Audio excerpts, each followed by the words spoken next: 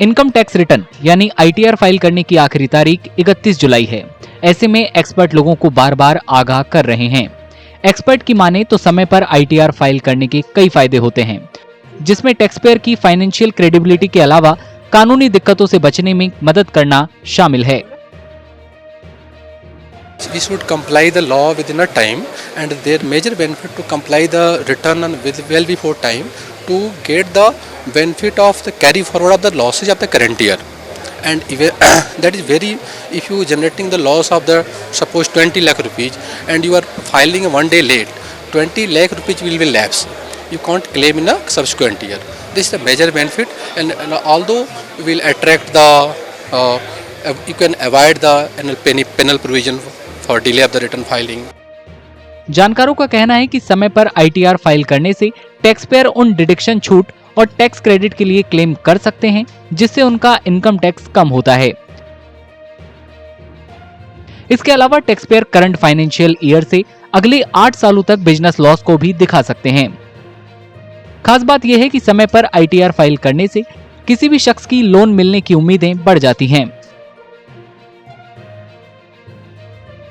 Time पर income tax return file करने का एक फायदा ये भी है कि इससे इनकम का सही कैलकुलेशन करने और सही ढंग से रिपोर्ट करने के लिए सभी आवश्यक जरूरी डॉक्यूमेंट को एक जगह इकट्ठा करने का मौका मिल जाता है।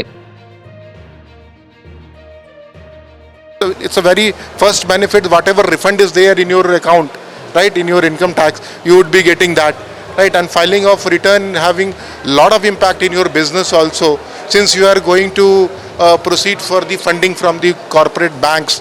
So they would be asking to you provide your all financial statements, your all income tax statements, all your income tax return. On that basis, if it would not be filed on time, they would say the client is not, they consider this as a casual.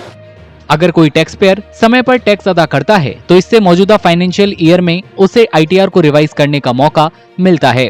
हालांकि tax payer deadline के बाद भी ITR file कर सकता है, लेकिन उसे income tax act की धारा 234F के तहत लेट फीस या फाइन देना पड़ता है।